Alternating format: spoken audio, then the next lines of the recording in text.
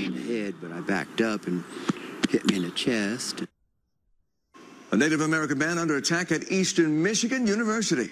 Tonight on The Edge, Native Injustice. The man says he was trying to teach the students a lesson about respecting Native Americans when things took a bad turn. Fox News' Dave Spencer has more on the alleged incident that's now leading to a protest.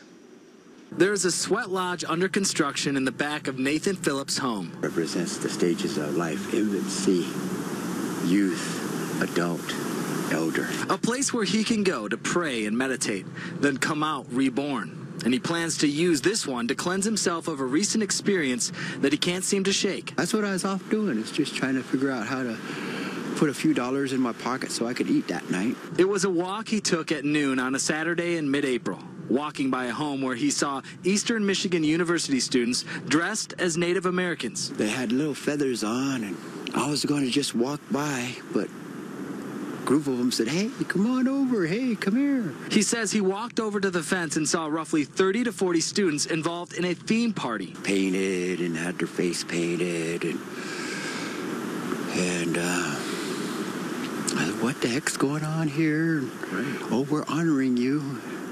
I said, No, you're not honoring me." A statement he says they took offense to. Then they started hooping and hollering, and I said, "Well, that wasn't, honoring. That was racist." And then at that time, that's when it really got ugly. Phillips says he was then bombarded with racial slurs. "Go back to the reservation, you blank Indian." One, he says, even threw a beer can. If I would have stayed right where I was at, it would have hit me in the head, but I backed up and hit me in the chest. He'd had enough at this point and says he called police. By the time the police got there, it was like there was no party there at all. He's filed a report with campus police, who tell us they are investigating the matter. When we stop by the home in question... Hi there, anyone home? Dave Spencer with Fox 2. Someone came to the door but didn't open up.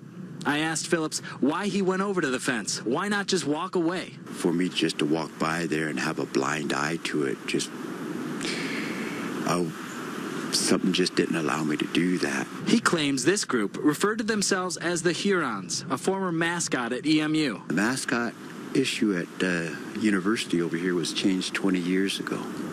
That I'm dealing with it here 20 years later is just, I don't know. There's just a lot of hate behind that. As for what he thinks should happen to the students he claims harassed him, he hopes others can learn from this. Whoever would sit judgment on them, the university, the law, society, that's their job. I'll pray for them. I'll pray for that they can see a better way. The university issued a statement regarding what happened on this street earlier this month, saying that the investigation is ongoing and they're guided by the university's policies and procedures. But some students we spoke with say they're not satisfied with that response. That's why they're holding a news conference of their own tomorrow to make sure this issue is not forgotten. In Ypsilanti, I'm Dave Spencer on The Edge.